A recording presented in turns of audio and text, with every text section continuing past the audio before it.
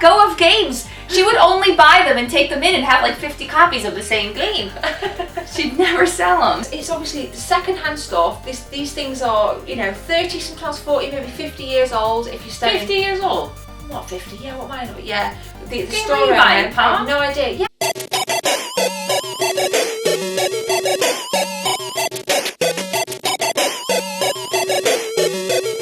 What's happening, guys? Gemma and Jess here. I think this is episode 5. I don't know. I don't count. Okay, who cares? But welcome to Two Girls, One Gaming Topic, and today we have a nice question to put out there to debate in the comments, and we're definitely going to be sharing our thoughts. And it was actually a topic that you came up with, funnily enough. I think it's just because we were already talking about it. Yeah, we were kind of having a coffee this morning and Jess said, we should discuss this on Two Girls, One Gaming Topic later. That was like kind of my English blended into an American accent there. Anyway. It's terrible. It is. Why don't you try an English accent? No. Okay, see? You did it, that was good effort. Anyway, joking aside, are retro game stores too expensive? That is our question. And as I said, it was you that kind of came up with it. And it's, yeah, I mean, I'm actually going to let you start. I started on the last episode.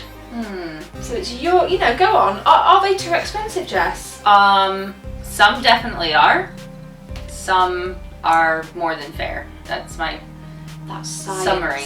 That's science. Well, it's like this, Yeah, right? go on. They're business. So they're not a charity. They're not out there to, help you in the means of like making sure they don't have enough food on their own table to cover their backs. I mean, it's like this. They're in it to make money. So they do have to charge some money for the cost of doing business, and then money to go home and put food on the table and pay bills and things like that. So in most cases, I think no, people have every right to charge what they charge. Sometimes it's not just about what the market says the price is, but it's how much did it cost that person to one, buy the cart, then have pay the landlord their rent for the store, and it can be insane. Lighting costs and business costs such as advertising and all sorts of things. There's a lot that goes into the cost of a product. So that's why some prices vary. I think when people say, "Oh, I saw it on eBay for 20 quid or for $20," well, that doesn't. So what? That doesn't matter. That person might not need the actual cash. They're just selling stuff they found in their attic. Right. Whereas this person is the business. They can't keep the store operational without a certain amount of money. So that's why some prices vary. I think it's very unfair to say I saw that for £20, so you have to give it to me for £20 or I'm walking out. Okay, no, absolutely. Yeah. I mean, there have been many a time when I've gone into a store and I've known that a game is, say, like, I probably think, I can get that cheaper at so-and-so, but because I really am enjoying myself and I'm really respectful of the workers or the owners, when you get into that conversation I was talking about in yesterday's video actually, and last week's, about where to buy retro games, I will pay that extra £5. I will pay the extra £5 because I like the person and I don't mind, and I totally get the local business ethic. Don't get me wrong, I do buy from chain stores as well if I have absolutely no option, especially for current gen stuff, because I do like to buy brand new on current gen stuff. But anything outside of the PS4 and Xbox One generation, I'll go local. I really will. Even for PS3, I'll totally go local where I can. I mean, so I think it's about that rapport. I kind of don't mind paying a little bit more. And ultimately, it's that whole thing, isn't it? It's a buyer's market. Yeah. If this, I mean, a Mega Drive 2, Model 2, I mean, what can you pay for this unboxed? With no games and 2 controllers and all the wires, 15, 20 quid. If I needed this and I saw it in a store and it was in immaculate condition and we had good conversation, I would have no hesitation at paying 25, 30 quid for that. None whatsoever. None at all. Well, it depends. I mean, that comes down to also the store. I mean, that's why Gemma builds relationships with these people. One, because she just likes talking about gaming and it's a bit of an obsession and she can't help herself. But also because, if you really respect that person and you've come to know them and you buy from them a lot, or they contact you and say, I have this in, I know you wanted it, or, it's all about respect. But, we do go in places and we do say, hey, can we bring this down to like 5 quid or something? Yeah. We're walking in with a budget. You know, and as a business owner, I know sometimes there is a bit of leeway. It's not necessarily that you're playing favorites, but you're being smart. Now, I know if I was a business owner and I had a retro game store, and I know I would want Gemma as a regular customer. You spent an obscene amount of money on it. 300, let's keep going. Yeah, so I might say, right, yeah, I'll give you £5 off of that, because people they know that Gemma's going to spend more, even though she might get $5 or £5, depending on what country we're in, off of a game. What ends up happening is Gemma says, ooh, now that's £5 I can put towards another game.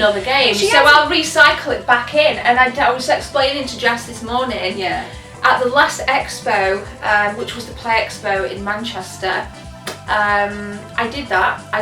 There was one vendor, it was Sore Thumbs Retro Gaming store. Now, I'm not saying they give discounts all the time, I'm not saying that's their ethic, but you know, we got kind of talking, and I just picked out so much stuff. Some of it was really high end, some of it was kind of mid-range, you know, and he was, you know, £3 off or whatever, you know, just a small discount. And then I kept going back, and I kept going back, and I kept going back. So the discount he gave me, I put straight back in anyway.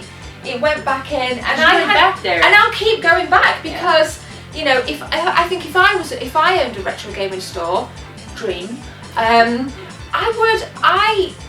would do that. You know, I would give that, you know, £5 off or whatever you buy. If somebody's going to come in and spend £300, £5-10 off, or a free game even, not necessarily a monetary discount, but I'll bung that in with it, or I'll bung that in with it. So it's not a question of expense, you know, how expensive a retro game store is. It's, I don't know, it's more about their kind of ethics around justifying the price. Because there are certain ones, even if they were fairly priced, that we come across and we say, you know what, I don't want to work with you. Exactly. I do not. And there are ones definitely shady. There are totally shady. We went into one just outside of Philadelphia when we were visiting the US last. Right?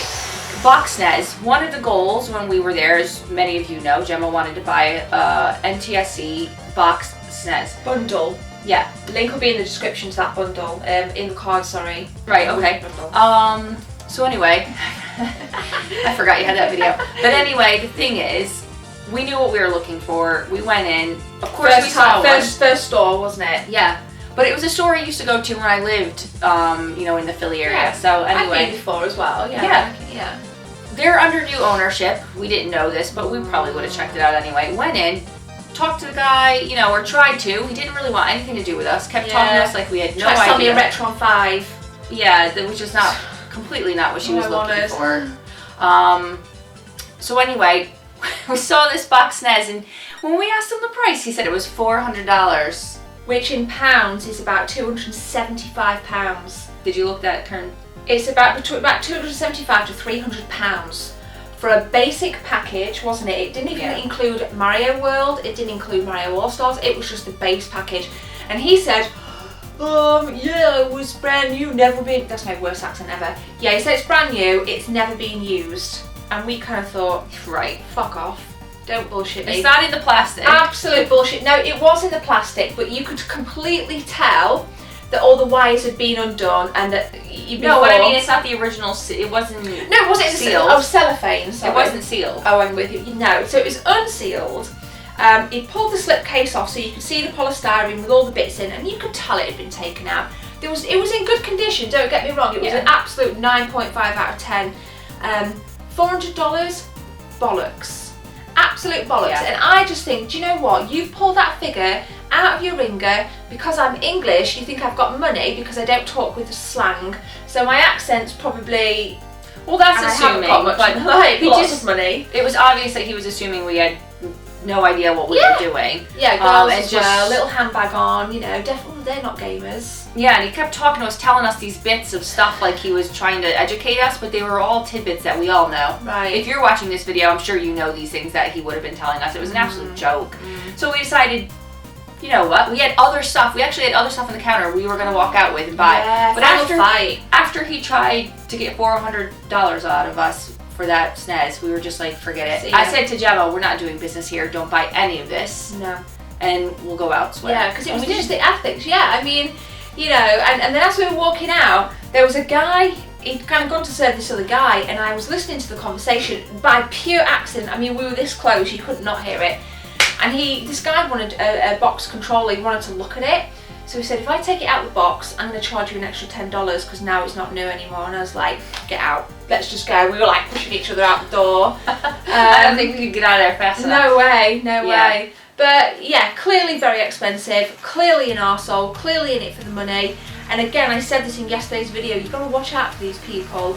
Because it's not always a question of expense, it's the ethics, isn't it, for me? Yeah, definitely. Obviously, we want to know exactly what you guys think. And a lot of you I know will use eBay and Amazon, which is fine. I'm not a massive fan of that. No. I'd rather support a business, and I'd rather know what I'm getting, and I'd rather look at it first. Well, some businesses are on eBay and Amazon, but that's not the point. I mean, it's like when you walk into a game store, it's not just about, you know, it's not like walking into Debenhams or to Macy's or, you know, it's obviously second-hand stuff. These things are, you know, 30, sometimes 40, maybe 50 years old if you stay. 50 years old? Not 50, yeah, what am I doing? Yeah. The store I have no idea. Yeah. Like the original, like... No, seriously, yeah, right back in the day. I'm talking some serious shit all the way back. Maybe 50 was a bit, you know... yeah, 50 is extreme. But this is old stuff, and I like the smells, I like the environment, I like the atmosphere, and that's why I just love to talk to people. So, figures, money, it all goes out the window for me, and I'm just kind of... Sometimes I will say, eek. You know, I mean, there's a market near us, isn't there? Yes. Some of the shit is so expensive, and I've wanted it so bad in the past, but they don't really talk to us much. And they don't want to smile, and they don't really want to try and sell anything or show you anything. So I can't justify that extra extra 20. Talk down to us. It's absolutely insane, and the only reason we ever walk in is because, well, it is extremely close and it's the only one around us. Very. So we walk in hesitantly, but of course it's kind of like a kid in a candy shop. You see that candy, you want to go in and look. Yeah, it's always worth looking. I always look. I always try and give people the benefit of the doubt, even if they're arseholes. I mean, you know what, Jess, if we're in Philadelphia again and we happen to just drive past that store, I'll go in just for shits and What? giggles. I'm not going to go in. I won't even do that. Car. I'm driving, I'm not going in. I won't even give them the time of day. Fair enough. That's absolutely fine, but that's, you know, difference in opinions and whatever else. I just sometimes like to, you know, get under people's skin. If they're gonna piss me off and want to charge me on a, you know, they're not rare. SNESs aren't rare. I'm not paying for the fucking SNES CD prototype, which is probably six figures, way more than $400 anyway. But take out the decimal point, you know, add a zero. You know, these are common items. How dare you? How dare you? Arsehole. So let us know what you think, guys. Jess, I mean, you know, a lot of people say there's not many retro game stores in the United Kingdom. There are, you just need to look. There's like absolute Or in loads. the US. I had trouble finding a lot when I lived in the US, but they're there, you just have to hunt them out. Yeah, and I think the good thing is because they're not in every single town, say like Game are. I guess it's down to kind of supply and demand. You know, if you're the only store in the area, the prices probably are going to be a little bit more expensive because there's going to be no competition. Yeah, like the Rage in Dublin. Holy shit, expensive. I didn't even want to continue to look in there. I wanted to rip my own fucking face off. It was insulting. She kept looking. I thought to myself, there's no way we're paying any of this. Let's just go. I know. But I tweeted a picture and put on my Instagram an NTSC car of Final Fight. 65 euros. 65 euros, which is about £55, which is about $75 US. When we were in the States in June, I picked up a copy of Final Fight cart only. $5. But here's the thing. $5! They obviously knew that it was a title that you weren't, you know, it's NTSC for one. Oh God, in Europe. But still. They obviously know they could charge more for it than say someone would in the US. So they have a reason to charge more money, but that amount of money was taking the piss, as they say in England. It is, yeah, and I mean, they had some really nice stuff, there was no doubt about it, but it was the only retro game store in Ireland's capital. You know, they were being so cheeky, and I don't like that. I just think, Okay. Well, like you said though, supply and demand. Yeah. Some people would have paid that, wouldn't they? €65. They want it so bad, they'll take it and they'll run. Right. Because, you know, PAL copy of Final Fight is hard to get. And that bit may be another kind of thing when considering prices. You probably think, well, this is quite common in NTSC, but quite rare in PAL. I'll bump an extra few quid on the NTSC cart because I know that some PAL owners will want it. Some PAL, I know loads of people that have NTSC SNESs, and I know more people that have. You remember the adapters? Yeah. You put the adapter in the PAL SNES and you could put your. Yes. I used to have one as a kid, and loads of people have them. Yeah.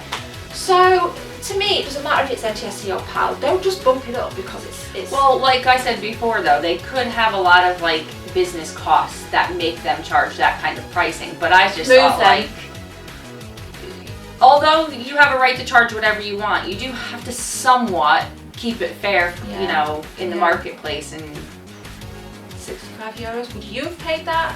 No, I didn't want to buy anything. Every single game I looked at in there, I thought, good God, we could get this back home for, you know. Yeah, I kept saying I know so many people that would price that at 20, would price that at 15, would price that at 10. All different.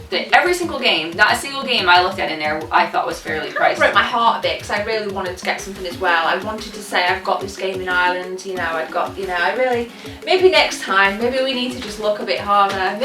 Maybe you can open a shop in Dublin and help us out so the next time we go we can buy something pretty reasonable. Not cheap, but pretty reasonable. So yeah. Oh, I have a topic for you guys for the next one. Go for it. Here we go. This is not scripted at all. I was about to say, it reminded me because of the Rage. I didn't actually want to go to the Rage and look at any gaming stuff when we were in Dublin. I know what you're going to say. We were supposed to be. I like my slippers. God. We were supposed to be on a vacation to get away from all the usual routine. But anyway, typical Gem fashion, she drove me crazy until I gave in and we went. Love you. So, the point is, even though I didn't want to go, I was still supportive and said, right, if it's going to make you happy, I was going to go let's anyway. do it. Right? Happy wife, happy life. They need... Anyway, the thing is, so I was thinking of another topic, and that is about supportive spouses or girlfriends or boyfriends or partners, whatever, you know. Do you think that we should talk about, you know, other significant others that are supportive or not supportive about gaming? Because there's quite a few. I hear a lot of people say, oh, my boyfriend didn't let me do this, but it's usually my wife or my girlfriend didn't let me buy FIFA 16.